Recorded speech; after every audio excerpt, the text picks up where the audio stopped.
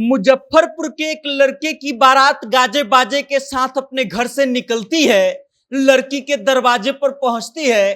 फिर लड़का का शादी होता है और लड़की को विदा करा करके लड़का अपने घर लेकर के चला आता है। सब कुछ ठीक चल रहा था, लेकिन 3 दिन बाद अचानक से लड़की गायब हो जाती है और गायब होने के साथ साथ लड़के के घर का सारा जेवर और पैसा लेकर के गायब हो जाती है। और उसके बाद जब मामला का खुलासा होता है तो पूरा हड़कंप मच जाता है। जब आप इस कहानी को सुनेंगे तो आपके भी पैरों तले जमीन खिसक जाएगी और आप भी सोचने लगेंगे कि कहीं शादी करने से पहले जांच पड़ताल करना कितना आवश्यक है। अब पूरी कहानी क्या है हम आपको विस्तार से बताएंगे, लेकिन उससे पहले नमस्कार, मेरा नाम वेद प्रकाश है। आप जनता जंक्शन देख रहे हैं और कैमरे के पीछे है विशाल। दरअसल मुजफ्फरपुर के साहेबगंज प्रखंड के वासुदेवपुर सराय निवासी एक लड़का है जिसकी शादी तय होती है वरुराज थाना क्षेत्र के गोखुला दीवान टोला की एक लड़की जिसका नाम मनीषा है से। और उसके बाद उसकी शादी तय कर दी जाती है। उसकी शादी जो है दिसंबर महीने में तय कर दी जाती है। 23 दिसंबर को यह तय कर दिया जाता है कि इन दोनों की शादी होगी। शादी का समय नजदीक धीरे धीरे आने लगता है और होली का समय आता है। होली के दिन लड़के को एक अनजान नंबर से फोन आता है और उसके बाद लड़के को धमकाया जाता है कि अगर तुम इस लड़की से शादी करोगे तो तुमको जान से मार दिया जाएगा।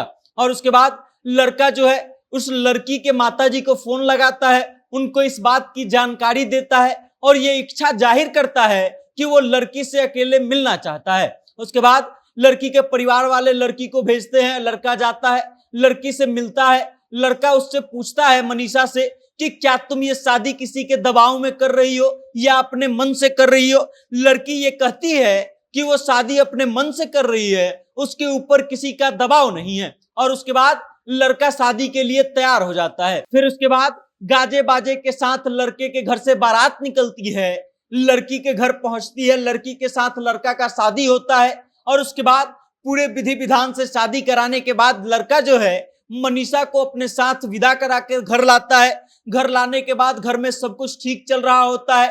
2-3 दिनों तक किसी को कोई परेशानी नहीं होती है, लेकिन फिर 3 दिनों के बाद जो है लड़की घर के सभी लोगों को खाना खिलाती है। और जब सब लोग घर पे खाना खा करके गहरी नींद में सो जाते हैं तब अचानक लड़की अपने प्रेमी के साथ भाग जाती है। और भागने के साथ साथ लड़के के घर के लगभग 1.5 लाख रुपए के सोने के जेवर और लगभग 50,000 रुपया कैश जो लड़के के घर में पड़ा हुआ था, उन सब चीजों को लेकर के लड़की भाग जाती है।